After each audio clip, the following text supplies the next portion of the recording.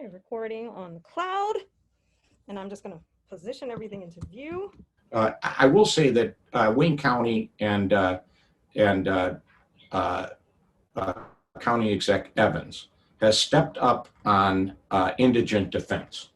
We are actually spending a little more money now on indigent defense. So tell us a little bit more about what that actually means and what it entails for maybe some of you out there watching. Like, let's just get a little bit of a definition around like indigent defense. Yeah, well, if you're lucky enough to have an interaction with a police officer that puts the bracelets on you, they'll say you have a right to remain silent, right?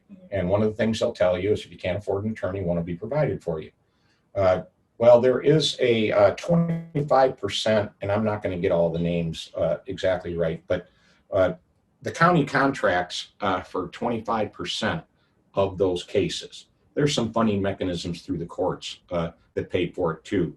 But we were having a little rough time with our indigent defense, and we brought a new company in, and we're spending more money, and we're upping our game because we need good attorneys for indigent defense, not just somebody that has a stack of cases this high, and the first time they open the file is when you're sitting next to them and there's a judge up there. You don't want them coming in that prepared. Now there is another effort underway, and I haven't heard about it for a little bit here, but I went to something maybe a year and a half ago, where the Chief Justice of the Michigan Supreme Court, Bridget McCormick, and some labor people, we met over at, and some community and a couple of big law firms met over at the electricians hall downtown over on Abbott. And they're trying to get a pool of money together so that people that are facing foreclosure hearings can also have an attorney. That you don't go there just little old you, right? Somebody to help argue their case. And that's something that wasn't always historically provided, No, it's not provided at all now. And this is an effort, not through government, but to kind of privately put some money together so that as people have to have these hearings on foreclosures and getting tossed out of their homes, they have somebody there with them. And so I think that if we can make that happen, that's also going to be a big step forward for people. And during these times where, the moratorium period, for evictions and things, that's up. And, people are now going to be needing, a way to, some way out, now that things are really changing and, the CARES Act and all of the funds that come with that. It's going to be tough out here. I don't know how you feel about this, Councilwoman. But we have a lot of folks out there that have been failed by all the institutions around them, right? And we have a lot of people that said, you know what, the heck with it. They throw me out, I'll survive somehow, right? And so it's almost like a trap, right? Been, the hospital system, the schools, the cops, the government, right? Trying to go in and deal with social services and all that kind of stuff. Where I think a lot of people are just on the down low, right? I'm just going to survive, but that's not good enough for our citizens, right? And, it's America. And so we have to provide in different ways, government, privately, or whatever, more help so that everybody is a citizen of this country and has a chance. Because really, all this talk of what the Republicans are saying, no, people don't want to be given stuff except a chance. Exactly. Right. There we go. And so you got to provide that kind of opportunity, right? And I think that's the thing that's vital, that's missing. I had this discussion with somebody. We had a community meeting in Harper Woods and the Community Economic Development meeting, and it was, nobody really wants to take handouts, but right. At the same time, when you don't have an opportunity, when your mindset is I can't, and then even when a system is in place where you you take away the coronavirus, you take away so many other things, and then you're trying to, go out there and just survive in the world, and then you're up against, your back is up against the wall. It's like that will really deter anybody. And so when you kind of feel like you're hopeless, I think it's really telling that, if the system is saying like, oh, well, you're failing because of your own fault. That's right. And you're failing not because of the system, you're failing because you're not trying hard enough. And, but then you look at, I used Jeff Bezos as an example. Is he really deserving of being, close to becoming the world's first trillionaire? Did he really work that much harder than anybody else who, works a job every day and busts their butt and works, 40 plus hours and, does, back-breaking actual labor, so, and I think that's kind of the problem that, we want to vilify people who are failing in a system that is not giving them the opportunities, and a system that is not necessarily even there is so much people less to dream money anymore. for college. No. Where's their Pell Grants anymore? Right? And again, Just you don't have to pay my right. whole tuition, but boy, if I could get $2,500, right? And that's where the opportunity comes from. But then it's like the cost of tuition now, in your generation versus mine. Now it's like, getting that same education is, just an astronomical cost. Yep. And it's just ridiculous because of the fact that even that $2,500, it's not really going to go far. That's probably going to pay for books. Well, but you know what I'm saying, right? It is things like that. No, you don't have to pay everything, but help me get the opportunity. And if the government would step in and say, okay, student loans are at 2.6% interest rates, that would be enormous help. Oh, yeah. And so, you don't do everything. And I won't mention names here, but I got a friend on the east side. He's an older guy. He's been doing business on Woodward Avenue, he and his family, for 70 years, down around the where the medical center is. Okay. 50s and 40s. He did business. He's a Detroiter through and through. He kept his businesses going through the 70s and 80s when you could fire off a cannon at 8 o'clock at night on a Saturday night on Woodward Avenue and not hit a soul. And he kept them going all through that, right? And now with the open, close, right? They've sought some money, but he sought me out, right? And it's the same thing we're talking about. I've got a business here that if it wasn't, being closed, under the governor's order, I could probably make it, and we've tried this and we've tried that. And he's looking for a hand. He's not looking for somebody to come in, right? It's just, we know that things are going to, whether it's 6 months, 8 months, a year, we know that things are going to be different in the future. So I just need a little bit of a help. Help me not lose money as fast as I am, right? And I can make it, right? He didn't call me up to say, I need 400,000, right?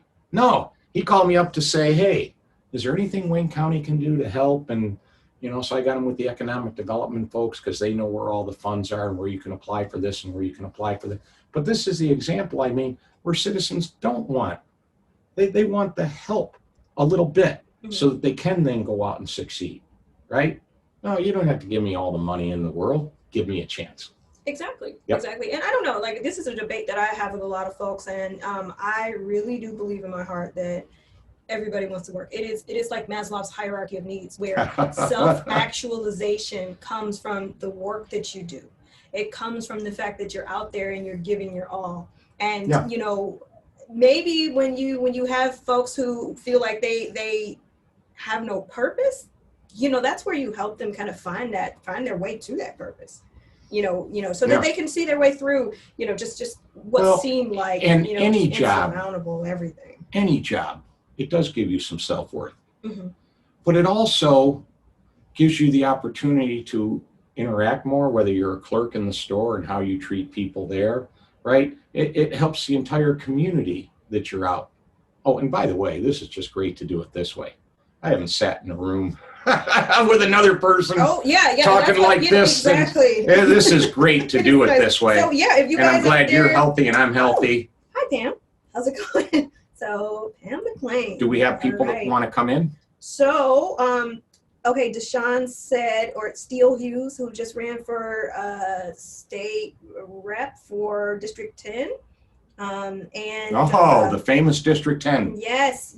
And you know what, great job on running a campaign that was just, you were really out there still, just working your butt off. And I think next time. So and congrats to you, Tim, on well, you were unopposed, but yeah. That's the thing about it.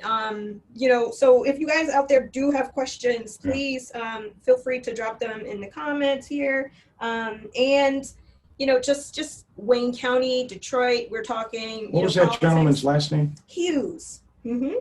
Steele Hughes, Steele P. Hughes. For District 10. Because that, let's just say there's been some excitement about that race. I think there were like a few candidates. I think maybe 5. There were 6. Yep. And 6 maybe, but anyway, with all of the hullabaloo around that race. I read something now about like the person who actually ended up winning was saying something about like, well, something fishy went on here, and we demand. No, it was one of the people that didn't. Okay, gotcha. And I'm not going to get into the personalities of that. But I think we are too quick to think that we know immediately after something happens and drawing conclusion. And I'll just say it this way. For myself, the first time I ran for this office, there was one of Jerome P. Kavanaugh's sons that had been the county commissioner here for a decade. Last name Kavanaugh. Big name, right? In Detroit at that time it was. Well, and 10 years before Chris Kavanaugh had that seat, there was a guy by the name of Dave Kavanaugh. Okay. I was not, given the family that I grew up in, and of course Irish Catholic, right? It was like, we grew up in the same family. I wasn't taught that you just put your name on the ballot and not do anything. And that's the feeling I had with him. So I thought I had to come get him. Right. And so all night, Grosse Pointe Park comes in. I'm beating them 2-1. Grosse Pointe Woods come in. I'm beating them 2-1. Harper Woods comes in. I'm beating them 2-1. Right. And I'm the Detroiter in the race. I'm teaching at the schools. So there's like, no way can I lose Detroit 2-1. Right. He might win it because of that name, but who makes up the majority of the vote in the city of Detroit? How could you characterize who makes up the majority of the vote? Well, it's the majority African American. More specifically. So women over 50. Right? It's black women that carry a lot of the burden. And they're the absentee voters, and so I just couldn't break through on the name. And I always say Jerome P. Kavanaugh was the first non-racist white mayor of this city. If you go back to Louis Mariani before him and Alfred P. Cobo, and you can go back to the late 20s when we elected a mayor of Detroit that was a public Ku Klux Klan member, right? So, so African-American voters remember Jerry Kavanaugh fondly. He brought a civil rights department into the city. All of a sudden, if you were black in the police department or the fire department, you could get promotions, right? So people remember that name fondly, right? And it takes a lot to break through with people's minds. So the votes come in that night, and indeed, I lose the city 2-1. And I'm the city guy. I'm teaching in the schools. You're not living in the city. And 2-1 plus a few votes. So it was that name recognition. It took one phone call. I'm killing them all night. Takes one phone call at 1:30 in the morning, and my buddy's down at the Detroit Board of Elections. You sitting down, Tim? 486 votes I came up short. Well, but that just told me I was going to go get them the next time, you know, which I did. But so this notion, you know, people don't pay attention to election. When you watch partial returns come in, be very careful with that. You got to know where they're coming from, what part of the district, what the demographics are of the district, what's this telling you, absentees, you know. Kavanaugh is a huge name in Redford. There's an elected Kavanaugh, the mother of this lady that won. So, you know, people should have known that the Kavanaughs were doing, would do very well there.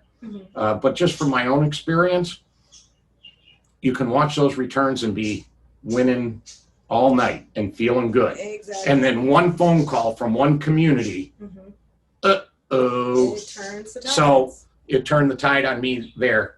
But, you know, you just gotta suck it up and move on, you know? Well, you know what, and that actually brings up another question that, you know, when we were talking about Kamala Harris here, it's just in some ways, you inspired choice. Definitely. I'm definitely excited and proud, and you know, it's definitely, even though I was a Bernie girl, I'm just gonna have to, you know, get behind, and I love that, you know, we've got this ticket that is out here about to make progressive changes, and you know, but it's an election to watch, because I feel that in some ways, you know, love him or hate him, you know, Trump won last time, and it blindsided. Every election is an election to watch. Even your local school board, every election. Now, you know, I've always considered myself, I always describe myself as being from the Democratic wing of the Democratic Party, right? I've been a Democrat a long time, a proud liberal Democrat. So the progressive thing throws me off a little bit. Yeah, I'm a liberal. With a proud tradition, and you just look back on what liberals have done. It's just like almost like saying, like, oh, I'm working in this space now, so it's one of those terms. Yeah, but I, you know, I was never a fan of any of the Clintons, right? Never supported any of the Clintons in the primary. But if they're my party nominee, I'm going out and busting my to work for him in November. Oh, for sure. But, you know, I didn't like Bill Clinton's triangulation and all that stuff that he was doing, and that the country is center right. So we have to have Democratic candidates that are in military uniforms, that love guns and hate abortion. No. We got to offer an alternative, not Republican light. And so 4 years ago, I gave Bernie money. I gave him a vote, right? And I am glad to see an influx, and I'm going to say liberal, but the party is more left than it was 6 years ago. Now, the new folks coming into the party, first of all, have a lot to learn. And second of all, like the squad. You don't get everything your way, right? You take your gains and you solidify them, and then you build, right? But that's why you have to stay with the political thing year after year, cycle after cycle, right? Because if you're like, well, I didn't get Medicare for all, so I'm quitting. No, this is not the time to quit. There are more people in the Democratic Party and in Congress that support, not a majority yet, to get it done, right?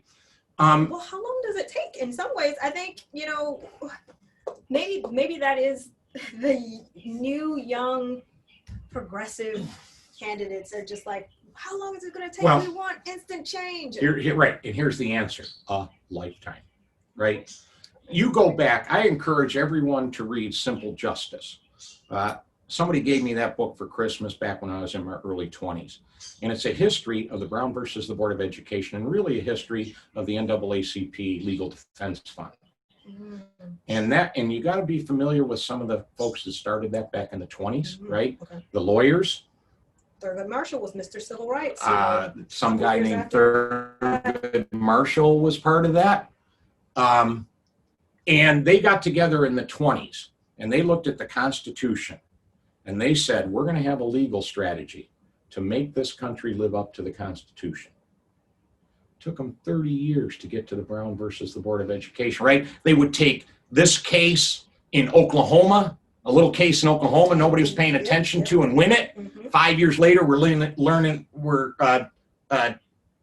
doing a case in Virginia, and they built So it was never those big giant on the cases. victories. It was like, okay, we're going to take this little victory Right. and this little one, and then we set precedents with something that somebody wasn't even really paying attention to. And then now, well, you got to refer back to that little case about, you know, the school teacher who couldn't get you set the precedent, right? Mm-hmm. And now you hem in future judges.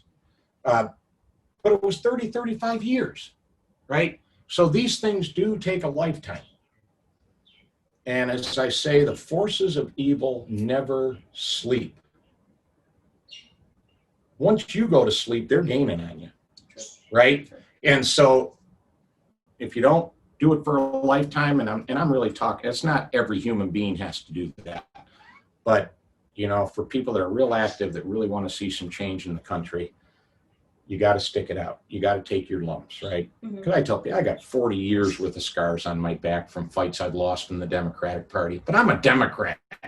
You have your fights, you lose your battles, and you move forward. Or you win your battles and you move forward. But you don't come out of this unscarred. You take your lumps, right? And so you do have to stay with it because it even goes beyond your lifetime, right? Now we got this guy talking about getting rid of Social Security, right? Which was New Deal 1930 something, right? I think 30, for some reason 34 sticks in my mind. But that's even at risk nearly 100 years later. So the battle, there is no such thing as a final victory in politics. And there is no such thing as a final defeat. There is only the struggle. Sometimes you make progress. Sometimes you get pushed back. But if you're not, you know, and one of my favorite quotes of all time in politics is from Congresswoman Chisholm back in the 70s. If there's not a seat at the table for you, bring a folding chair. There we go. Right? There we go, folks. That is like, that gets right at it, you know? So you can't be a non-participant and complain. Well, you can be a non-participant and complain, but nobody cares, right? You got to vote. It's disgusting. The United States of America that says all of this, you know, red, white, and blue, and we're the greatest democracy in the world, has the lowest voter turnout of any democracy in the world. We should be turning people out at 86% of registered voters, right? That's how you know what the country is thinking. But people, you have to do it. You have to commit and to voting, you have to commit yourself to answering your jury summons too. That's an important citizen duty that you have. But citizens have to be engaged at least at that level with their vote and their voice. That is your voice. People don't want to believe it. But those of us that are in the game know that, right? That is the voice, that one of the voices that people have, and a very powerful one. But, you know, but that's why the you know, no final victories, no final defeats. There's the struggle. And if you give up on the struggle, you're going to lose ground. Okay. See, there we go. We've got words of wisdom here. And, you know, it is something that, you know, we talk about like social justice, for example, and, you know, how people have kind of gotten, you know, they're taken to the streets, people are protesting. And, you know, that momentum, you know, it's something you see every couple of years where people will want to protest. They want to, you know, have their voices heard. But then, you know, I think the momentum, the true momentum comes from policy changes. And it comes from, you know, realizing that it's not going to be overnight. And I mean, in some cases, you had things like the Arab Spring that, you know, you had changes happen overnight because of, you know, mobilization, because of social media. And some of those went bad. Exactly. They had their revolution, and a year and a half later, there's another one. Exactly. And now they got dictators again. Right. Yeah. And so that's the thing about it. You know, you do have instances where things happen instantly, but it's like, what are you replacing the bad with? You can't just tear down. Replacing it with something that could be worse. You just can't tear down. You know, well, and I also think, and this is a bugaboo of mine. All right, it's all well and good to call people out, but that's the easy stuff. What are you going to do after you call people out? You got to get your hands dirty and get in there. Yeah. Right? Because calling people out, okay, but it doesn't lead anywhere unless there's the consistent action after.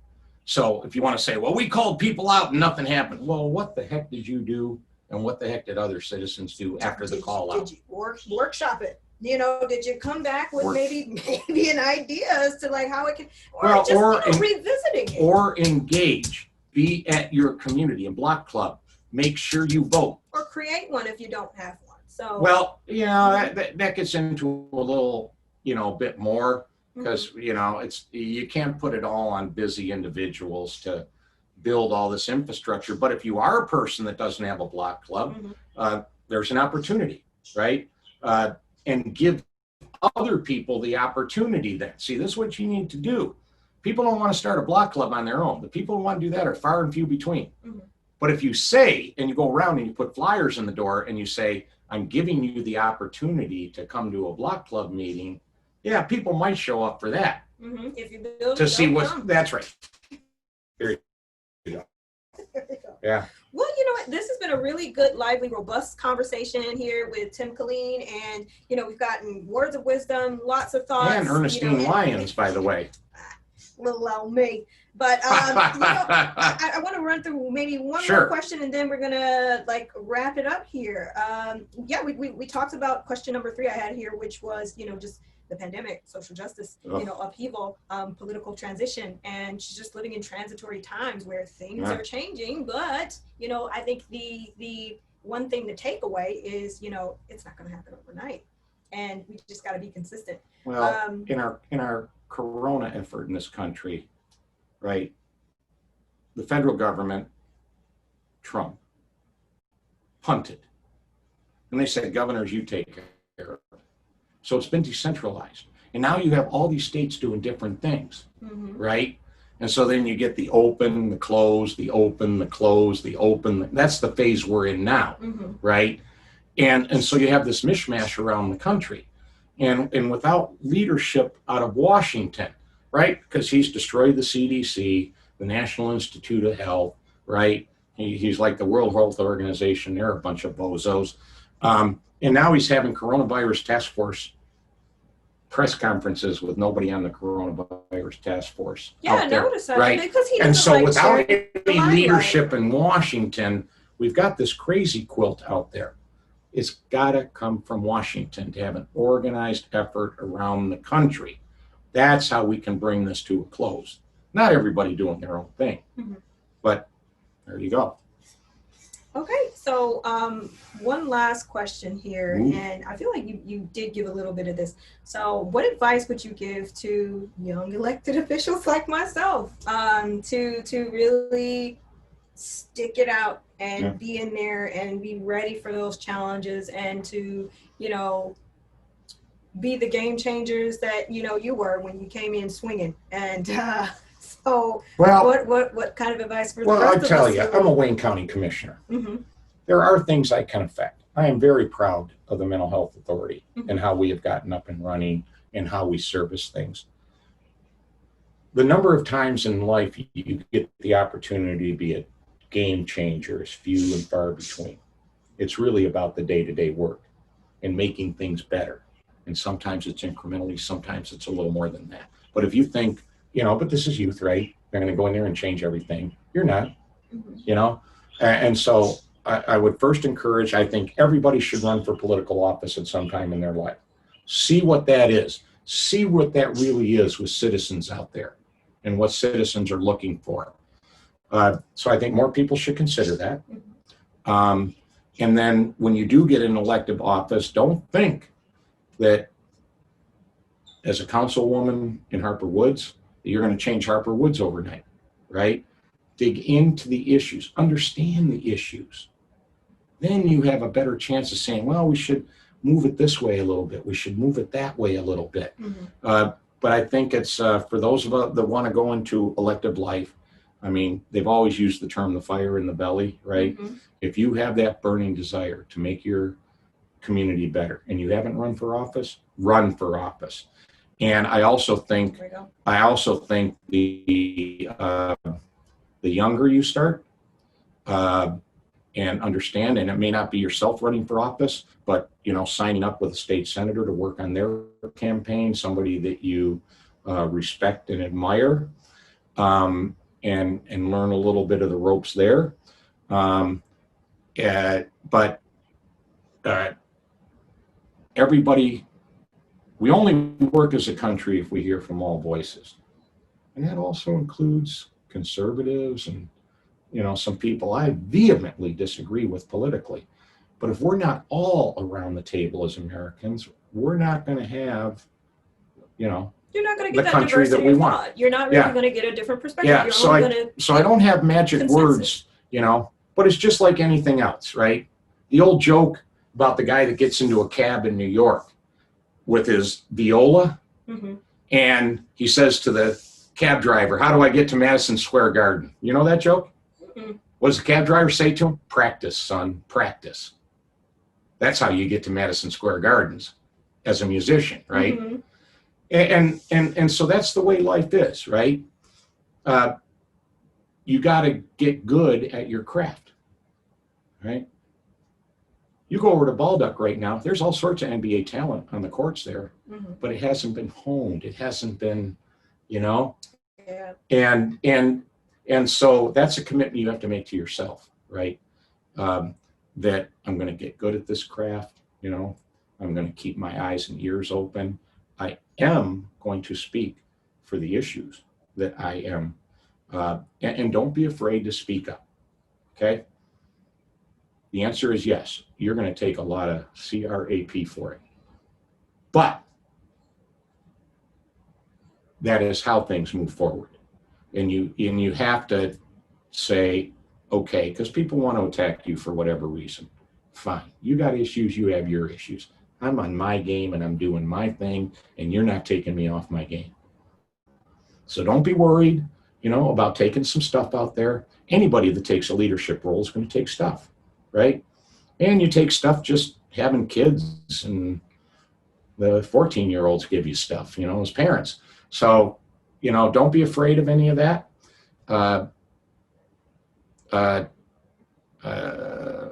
Senator Harris, by the way, I loved her. What was it? Mamala? What I feel like I saw towards the like end towards the end of her little talk, right? And she started talking about her kids, and she said, as always, my first job is Mamala. Oh, and I thought that was fantastic, right? But and I lost my train of thought there a little bit, but it is a matter of hanging with it and learning your craft, and not being afraid of maybe even very publicly sometimes people going after you.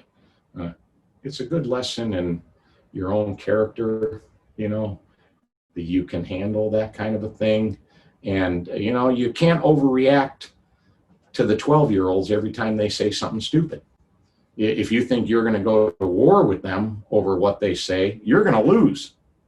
So you got to realize, okay, the kid's saying, if you don't have the ability to forget, and we started with this way, right?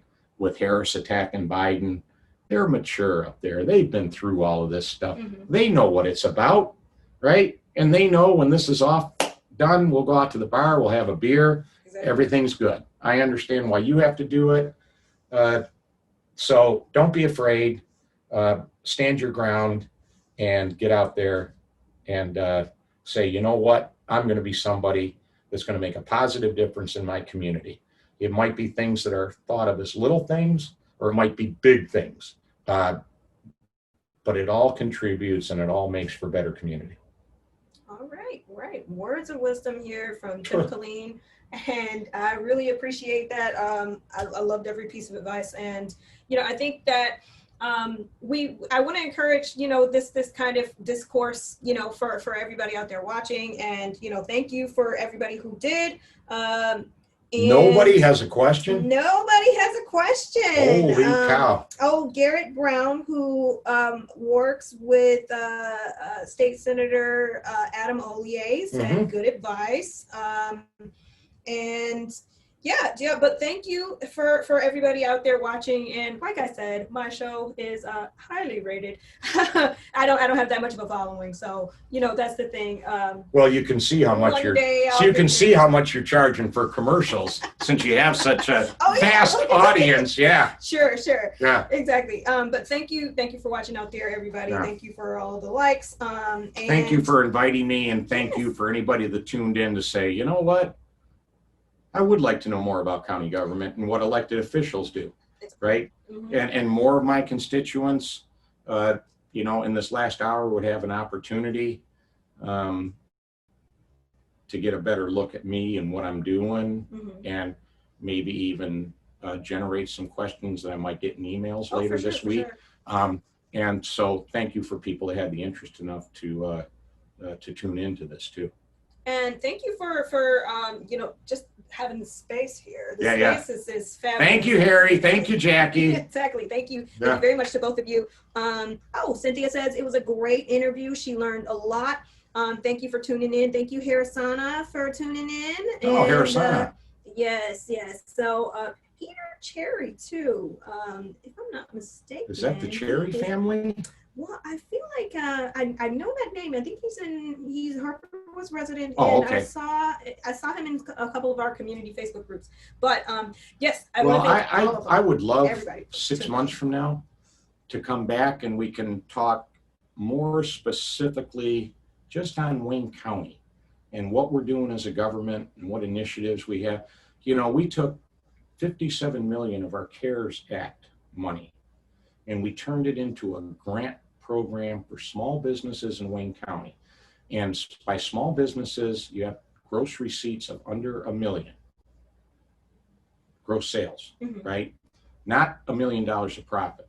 So these are more of the mom and pop operations. So far, 6 businesses in Harper Woods have gotten, and it's outright grants, right? And I thought this was an excellent idea from the county executive. So they're getting $20,000 grants out there to help them over the, but we can talk more about these kinds of initiatives that the county is doing. Mm-hmm. Actually, so I work for Build Institute, and it's all about incubating small businesses. Yep. And we've been helping with COVID response for PPP and for being able to help small businesses kind of during these difficult times. And we actually started Coffee and Conversations. So we've been looking for more political voices. And forgive me for this, but I have said for a long time, I'm lifelong in this city. The economic future, and there used to be a lot of money in this town. Mm-hmm. When we did something called building automobiles here. Oh yeah. I don't know what that is. To me, the future of the city of Detroit is in small Black-owned businesses in the community to keep the money in the community, right? Mm-hmm. And we just don't have enough businesses and servicing in neighborhoods. But see, I think that's a big part of the way forward for the city is small Black-owned businesses, and let's keep the money in the city. So the building, I know, I'm aware of them. And right there in Corktown on Michigan Ave. Yeah, there's a lot of. Used to be the home of the Tiger Stadium. No, it used to be the home of the Irish. Yeah, it still is. So no, it's not. Yeah, but the Gaelic League is still there. It is. So it's actually right next to. And if you need to learn how to speak Irish, you can go to the Gaelic League. Wow. Or I'm a polyglot and I love my language. Yeah. So I actually have a 1970s cassette of Gaelic. And I used to listen to it, so I know Bra, but that's okay. And it is, the pronunciations are real strange, Mm-hmm. And if you ever hear any Welsh. Oh my gosh, it's a beautiful language. It's beautiful, but it's the old Celtic, mm-hmm. right? These were people that literally lived on the end of the earth as far as they were concerned at the time. Mm-hmm. And so, you had this small group, but you get it around the world, Africa, India, mm-hmm. these dialects, that before we had sailing ships and jets and stuff, people in these areas, but it's a beautiful language. It's beautiful to listen to. Yeah. And I'm going to grab my cup because Tim was hating on the royal family. And as you all know, Ernestine is a Anglophile and a lover of the royal family. For 500 years, the British did not treat the Irish very nice at all, including letting them starve. Because if they starve, there'll be more room for British earls and lords to come over and have estates once the, you know, Ireland has been 95% of its population has been literally dirt floor peasant for hundreds of years, and the British and their royal crown made sure that that was the case. I mean, these are the days, you know, we think now, we talk about race and all that kind of stuff. The Irish were considered an inferior race. Oh yeah, when you think about, so like they weren't Protestant, they were Catholic. Theodore Allen actually wrote about the book, The Invention of the White Race, and they talked about how when the Irish were brought over, you know, that they were, all the attributes that were, you know, negative, you know, the English used those for the Irish, and then eventually when they, in 1619, you brought over slaves, those same attributes, you know, were used to describe both Irish and Black people, and then it was just Black people, because at a certain point it was just, you know, so, and that's, it's just a lot of history, and well, when you look at British colonialism around the world, right? I mean, they took all of India to manage. You know, they were over in China. The sun never sets on the British Empire. But in our family and through my dad, the Irish say, whatever the British did to the rest of the world, and they did a lot, they practiced on the Irish first, because we were right next door. So they got their chops down with us. How can we suppress people? Exactly. Right. And now that we figured it out with the Irish, we can go elsewhere and do it. So exactly. Yeah. So, whatever. Well, thank you so much for everybody. Oh, we have Dan Palmer. Hello, Dan, for watching. Your honor. And so thank you for being on Quick to Politic. Tim Killeen, Wayne County Commissioner. I hope I get an invite back at some point. Yes. So I'd love to maybe have like a panel one day, since now, you know, maybe meeting in person in small groups, but loved having this live in person version, socially distanced, with this beautiful backdrop. And thank you all for tuning in out there. And so we're just gonna take it away. Thank you. And end live video. Bye everybody.